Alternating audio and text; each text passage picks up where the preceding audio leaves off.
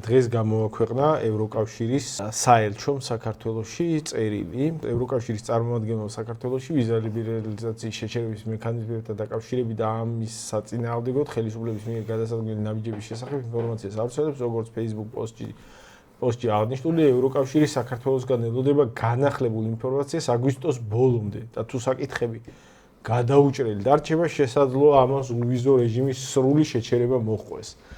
უვიზო მიმოსვლა ფუნდამენტური უფლებებისა და თავისუფლებების პატივისცემაზეა დამოკიდებული.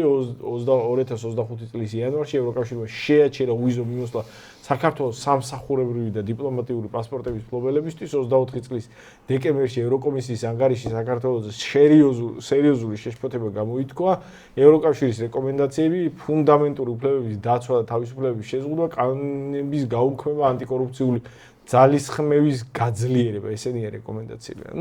ევროკავშირი საქართველოსგან ელოდება განახლებულ ინფორმაციას აგვისტოს ბოლომდე. თუ საკითხი გადაუჭრელი დარჩება, შესაძლოა ამას უვიზო რეჟიმის სრული შეჩერება მოჰყვეს. ეს არის დღევანდელი პოსტი, რაც გამოქვეყნდა და საკმაოდ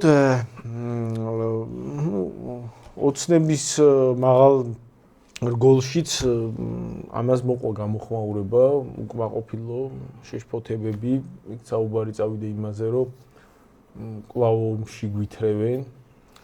მოდი ფორმალურ კითხვას დავსვო. არის კითხვები, რომელზეც იდეაში ყველამ პასუხი იცის, მაგრამ მოდი მაინც ფორმალურად ეგ კითხვა ჯერ მოვიცილოთ.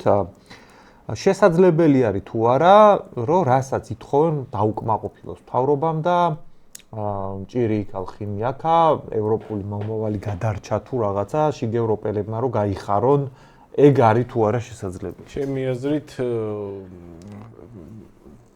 პრაქტიკულად მთავრობას მაგის შესაძლებლობა არ აქვს. თეორიულად როგორ შეუძლიათ, მაგრამ მე ვგულისხმობ, ეგ რამდენად დამაზიანებელი იქნება ხელისუფლებისთვის, მით უმეტეს, როდესაც ბოლო 2 წელია დაახლოებით ხელისუფლება მთლიანად გადმოვიდა ამ ჩვენს კონსერვატიულ მოედანზე, მე ვგულისხმობ პოლიტიკური ნარატივების კუთხით, მესიჯების კუთხით. ცხადია მისთვის ახლა ამ 2 წლის განმავლობაში განხორციელებული გარკვეული გადაწყვეტილებების გადახედვა ან პირიქით ამის გაუქმება მისთვის მით უმეტეს წინასაარჩევნოდ იქნება სერიოზული დამაზიანებელი, ცხადია. ამიტომ ნაკლებად სავარაუდოა, მე ყოველ შემთხვევაში ძალიან მცირე ალბათობას ვხედავ მაგაში, რომ ხელისუფლება მაგ ორ რაღაცას გააუქმებს. გულისხმობ ამ LGBT კანონმდებლობას და ამ აგენტების კანონს. პირველ რიგში LGBT პროპაგანდის საწინააღმდეგო კანონმდებლობას, ეგ ხო ჩანს ამათი რიტორიკიდანაც. როცა მოთხოვნები წამოვიდა, 8 მოთხოვნა იყო და იმ 8 მოთხოვნიდან 2 იყო მიუღებელი. ამ ორიდან ერთი იყო რადიკალურად LGBT პროპაგანდის თემაზე, რადიკალურად დაუშვებელი.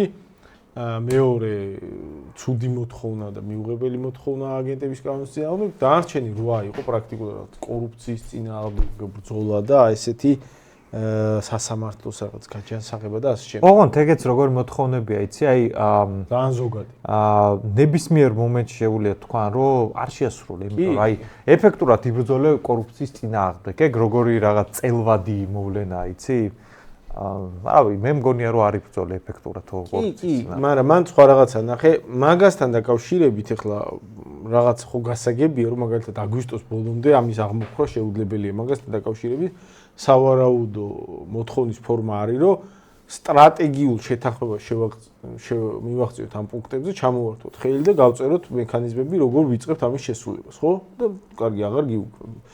ასე 8 პუნქტია წარმოდგენილი, იმ 8-დან ახლა 6 არის, რაც შეიძლება იმსჯელო და არაფერი პრობლემა არ არის. ერთი არის ისეთი, რომ პრობლემაა ამის გადახედვა, ხოლო ერთი LGBT პროპაგანდასთან დაკავშირებით პირდაპირ იმდენ ძიმე მოთხოვნაა, რომ ხო გამოჩნდა ამათ რიტორიკაში, რომ როგორც კი გაჟღერდა ეს მოთხოვნები, სხვა არაფერზე არ ლაპარაკობენ, პირველი ლაპარაკობენ, სხვა პუნქტებს არ ახსენებენ ამ პუნქტს, რომ ამას ვერ შევცვლით. ეგ არა მხოლოდ მძიმე მოთხოვნა არის, ეგ ეხა ოცნებამაც ხო იცის, რომ ჩვეულებრივად უკვე ამათ შეტენილი აქვთ უვიზო მიმოსვლის გაუქმება, ხო? ანუ ვეღარ აცდებიან. ყველაზე ეფექტური თავდაცვა მაგ ამბისგან, ხო ეგ არის, რომ რავი კაცო, პიდარასტობას მთხოვენ მაგის სანაცვლოდ და ეხა მართლა თავზე ხელს ხო არ ავიღებ. ეხა მან რა თქმა უნდა ბევრმა შეიძლება ვკითხოთ, რომ მაშინ აბა თავის დროზე ანტიდისკრიმინაციული კანონი რატო მიიღე, მაშინაც ნუ იღებდი მაშინაც თავზე ხელს, მაგრამ ეგ ისე ლირიული გადახვევა. ეხლა აი, როდესაც წამოვა რისხვა მოსახლეობის მნიშვნელოვანი ნაწილის, რომ უბიზოთ რატო ვეღარ დავდივარ ევროპაში, მაგაზე ეგ პასუხი, რომ რავი კაცო, მაგ ევროპის უბიზოს მიმოსulis ფასად გთხოვენ ფაქტიურად ერთი ადგილის მიცემას და ეხა ჩვენ მართლა თავმოყვარი ხალხი ვართ, მაგას ვყარ ვიზავთ, ეგ არის ეფექტური თავდაცვის ყველაზე სტრატეგია რა. არა, აი, ნახე, შეტენილი რომც არ იყოს. აი, რო წარმოვიდგინოთ, რომ შეტენილი არ არის, შეიძლება რაღაცებზე თანხმდები და არ გიმქვები და ნუ არც გამოურიცხავ მაგ ვერსიას, რომ აი მეებზე კი ბატონო ხელები რო აწიონ და თანახმავარ გისრულებ ყველაფერს, ხო, მანდ გვაქვს შანსი როგორც ქვეყანას რომ არ გაუქმდეს, ხო? მაგრამ მანდ რა პრობლემის წინაშე დგება? მაგ შემთხვევაში ხო გვესმის, რომ ძალიან დიდი რეპუტაციული და საბრძოლო სულისკვეთების დარტყმა ადგება ოცნების მხარეს და ძალიან ცოცხლდება და ძლიერდება საპირისპირო მხარე, როგორც ევროპის გავლენა, ისე პროევროპული ძალები. მაგ სიტუაციაში ხა აქ როგორი მდგომარეობა პროევროპული სეგმენტი, მათ შორის ოცნების მხარეს ყოფ პროევროპული სეგმენტი, ან ჩამოშორდა, ან ძალიან გაურკვეველ პასიურ მდგომარეობაში ცოტა ფრუსტრაციაში. ხო, ოცნების გამძლეობა დგას კონსერვატიული ფასეულობების მქონე ამომრჩეველზე, რომელიც მზად არის იბრძოლოს თავისი ფასეულობების დასაცავად. ეგ თუ გამოგეცალა და მოღალატეებად გამოგაცხადეს მაგათმა, იმ მედასავლეთე ნაწილს დამცველად, ვინც ჩამოგშორდა ამ პროცესში, ან შენში რაღაცა. შენ კი არ შეგიყვარებს. შენ კი არ შეგიყვარებს. ანუ ფაქტიურად დაუცველი რჩება. ამიტომ ოცნება სინამდვილეში სულაც არ დარჩა. ანუ მაგ სულაზე რომ წავიდეს, აი შევინარჩუნოთ უვიზო და მოდი აი რაღაცა ამ გავაუქმებ, ხო, მაგ შემთხვევაში განწირულია, რომ მათ რეალურად სეგმენტი, რომელიც ან მაგალითად ოცნება მაიდანს როგორ გადარჩა, გარეთ გამორბოდა და ძალიან მნიშვნელოვანი ნაწილი, ხო, 100,000 ადამიანი რაღაცა აქციებზე გარეთ იდგა. იმათ უკან კიდე სხვები იყვნენ, რომლებიც იგივე აზზე იყვნენ, მაგრამ ყოველთვის იგრძნობოდა, რომ არის რაღაცა სხვა ნაწილი საზოგადოებაში, რომელიც ახლა თუ ემხობა აქ და რაღაცა ლიბერალური დიქტატურა და ნაცური დიქტატურის დამყარების საფრთხე დგება, ის ნაწილიც გამოვა და იბრძოლებს. ანუ მაგ ფონურ რეჟიმში მიმდინარეობდა ის აქციები. ხა იმ ნაწილმა რომ ჩათვალოს, რომ გვიღალატეს და ესენი ახლა იმას ევროპის დაკვეთით გარყვნილების პროპაგანდას უკან აკანონებენ. ფაქტიურად დამცველი აღარ დარჩება. ამიტომ სინამდვილეში ოცნებას ამ სიტუაციაში სვლაც არა აქვს. ეგ იმდენად მნიშვნელოვანი კანონია და იმდენად მაგაზე დგას ახლა სინამდვილეში ორი თემა ახლა რასაც ლაპარაკობენ. ეხლა გამოვიდნენ ლაპარაკობენ რომ ომში გვითხრევენ ისევ დღეს, ხო? დღეს დაიწყეს აქტიურად მაგაზე ლაპარაკი. ახლა ყველას ესმის რომ ომის საფრთხე აქ ახლა აღარ დგას. მაგრამ რას დგას? ახლა თუ პირდაპირ ხელისუფლება ადგა და ეგ იქნება პირდაპირ მოღალატეობრივი ნაბიჯი გააუქმა გარყვნილების პროპაგანდის ამკრძალავი კანონი, მან გამოეცლება ის ნაწილიც, რომელიც შეიძლება გულზე არ ეხატება დიდად ხელისუფლება, რომელიც მნიშვნელოვანი ნაწილს, მაგრამ მოწინააღმდეგესთან შედარებით მაგ მდგომარეობაში რო არის ოცნება, ანუ შანსი რო არ აქვს მაგის დათმობის, ეგ კარგია. ერთი ლოგიკური კითხვა მიჩნდება მე მაგალითად. თავად დასავლეთს არ ესმის, რომ აი ეს პირველი ორი ყველაზე უმთავრესი მოთხოვნა, რაც არის ჩაწერილი მაგ ულტიმატუმში. მაგის გაუქმებას, ანუ მაგ ულტიმატუმის შესრულებას ხელისუფლება რო ვერ შეძლებს. რომც უნდოდეს, აი გულის სიღრმეში რო უნდოდეს. მე მგონი ესმის. ევროკავშირსაც ხომ არ უნდა, რომ საქართველოსთან გაწყვიტოს ურთიერთობა. ანუ ხომ არ დგას საკითხი ისე, რომ იცის, რომ აქ არაფერი. მეც მაგ აზრზე ვარ. ხოდი რატო არ გახუროთ რა ეს. აი მე მგონი ძალიან მარტივი რაღაც ხდება. ხო არის მართლა 37 მანეთად დაფრინავდა ხალხი. მერე მოხდა აი ამ დასავლეთთან ინტეგრაციის პროექტის შექმნა, ხო? აი ეგეთი კონსტიტუციაში ჩაიწერა, რომ ჩვენ შევდივართ ევროპაში. და ეგ იყო პოზიტიური სცენარი მომავლის და რაღაც შორს წავიდეთ, ქართული ოცნება ამბობდა, რომ მომავალი ნათელი როგორ არის, 2030 წელს აფხაზებთან და ოსეთთან ერთად შევდივართ ევროკავშირში. შევდივართ ევროკავშირში და ეგ იყო საკმაოდ ძვირად ღირებული მომავლის ხედვა. ანუ ჩვენთან ჩამოდიოდნენ დასავლეთიდან და ჩვენ ოქროში გვიცვლიდნენ რაღაც ჩვენგან ოქრო მიქონდათ და რაღაც უმნიშვნელო რაღაც დაპირებებს გვაძლევდნენ სანაცვლოდ, ხო? ეგეთი პროექტი იყო და ეხლა ამ უკრაინის ომის ფონზე მოხდა ასეთი რაღაცა, რომ იქიდან წამოვიდა კიდე რაღაც დაპირებების პაკეტი, დაპირებების ახალი ტალღა, რომ აი ეხლა გაქვს ჩანსი, აი ხო იყო ეგ, მაგას ძალიან დიდი მნიშვნელობა აქვს, რომ აი 30 წელზე მეტია რაღაც აი გამოვიყენეთ რა გალოხების რაღაც მთელი ის არის აპარატია შექმნილი, ხო? და რომელსაც NGO სექტორი ქვია, NGO სექტორი ქვია. ხო და გალოხების აპარატს. უცბად მოვიდა სიტუაცია და იქიდან წამოვიდა ეგეთი ნარატივი, რომ ხალხო, აი ეხლა გაქვს ჩანსი, აი ევროკავშირში გაწევრიანების უნიკალური შანსი გაქვთ. ამერიკის ელჩი პირდაპირ მაგას ლაპარაკობდა, ხო? და რაღაცნაირად ისე მოხდა, რომ მათმა დაპირებებმა ვერ გამოიღო სათანადო შედეგი. ანუ მათ რისი მიღებაც უნდათ, ის ვერ მიიღეს. ანუ მე რა დგება როგორ იცის გადარჩენის ინსტინქტმა ცოტა იმუშავა. კი, ანუ ნადლობა ღმერთს. მაგაში ეხლა ძალიან დიდი როლი იმუშავა იმან, რომ ეხლა უკრაინის სცენარი ცუდად ჩანდა.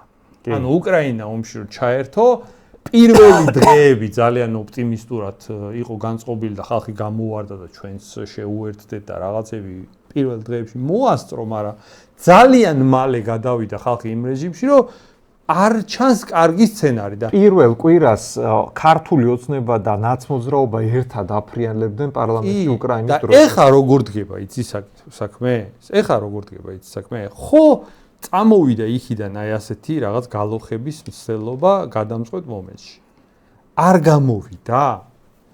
მოდი ესენი არ გვინდა რა ესენი მაშინ ამათ საერთოდ რაღაცო პირდებით რამეს ანუ ჩაგეკითხები, ანუ შენ რას ამბობ, რომ ეხლა რაც ხდება, რომ გაუქმეთ მაგათ უვისო. ეგ იმისთვის არ არის, რომ არჩევნებზე აქ მაიდანი მოხდეს, უბრალოდ დაგვახიეს ეგ. ეგ ნახე როგორ არის. ეგ რო არჩევნებისთვის იყოს, მაშინ აი მოდი ორივე სცენარი. მაშინ ყველა პარტია იღებს მონაწილეობას. ეგ გადაწყვეტი თუ არჩევნებისთვის ხდება რაღაცა სპექტაკლი, მაშინ ნაციონალური მოძრაობა უნდა გამოვარდეს. კი. თავის იმიანად, რა ქვია, გვარამიანა უნდა ჩაერთოს ციხიდან და უნდა თქვას ყველა ხალხო მივდივართ არჩევნებზე და ასე შემდეგ. თუ ეგ არ ხდება, კიდე ერთ არგუმენტს გეტყვი. კიდე აი შენ რასაც აყალიბებ, კიდევ დავამატებ ეგ ერთ ხელმოსაჭიდ არგუმენტს.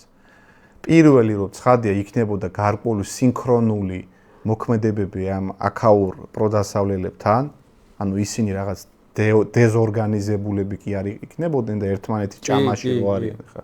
ერთმანეთს კი არ ლანძღავენ. დედის ერთ ადგილს რო აგინებენ. არამედ მეტნაკლებად დაორგანიზებულები იქნებოდნენ, როგორც 2024 წელს მოხდა. ეგ ერთი.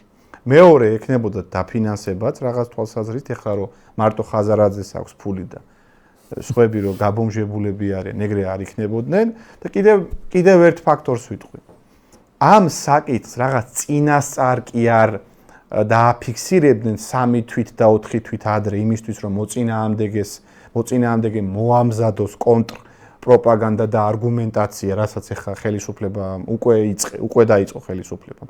არამედ აი არჩევნებამდე ერთი კვირით ადრე მიიღებდნენ უეცრად მოულოდნელად მაგ გადაწყვეტილებას. მე კიდე ერთ დავამატებ. ქართული ოცნებისთვის ეხლა გაჟღერებული ეგ ულტიმატუმი მაგ სახით სინამდვილეში არის არჩევნებისთვის სასარგებლო, რატო?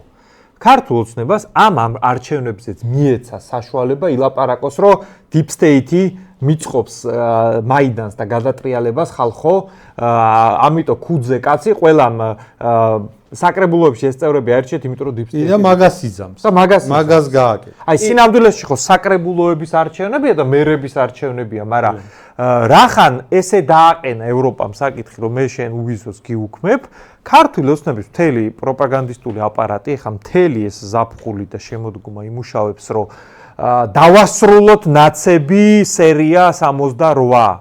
აი მაგაზე დაიქოქება და ფაქტიურად რაღაცა კუთხით სატოპკე აუწიეს. კი, კიდე ერთ არგუმენტს ვიტყვი, აქ რომ არჩევნებისთვის გადატრიალების მომზადება იყოს გეგმა დასავლეთის ჯერ ერთი რომ კონტრპროპაგანდას არ აწარმოებდა ნახევარი ოპოზიციური პარტიების რომ ამ არჩევნებში მონაწილეობა ღალატიაო. ან მაგაზე შეთანხმდებოდი მაინც რომ შეიძლება ვიღაც რაღაც მომენტში არ მონაწილეობს, ვიღაც მონაწილეობს, მაგრამ ღალატად არ გამოაცხადებდა ნახევარი მონაწილეობას ეგერთი და მეორე ევროპელობა გეობა აი ამ ფორმულირები კი ევროპა არ მოაქვეყნებდა მოთხოვნას ევროპა გამოაქვეყნებდა როგორ მოთხოვნას ცი ხალხს ნუ ხოცავთ რაღაცა სისხლი არ დამანახოთ მე ხალხის დაცვა მინდა კანონები სამართალი რაღაცა დემოკრატია აი რაღაც ეს დამიცავით და ანუ სასამართლო ამას თუ არ დაიცავ მაშინ ვიზას საქართველოში ევროპელობა გეობაა გამოაგდა ბიჭო, აი ხო ეგ სერიოზული კითხვა. საქართველოს გადატრიალება თუ არის გასაკეთებელი. იმიტომ რომ გვართმევენ უვიზოს.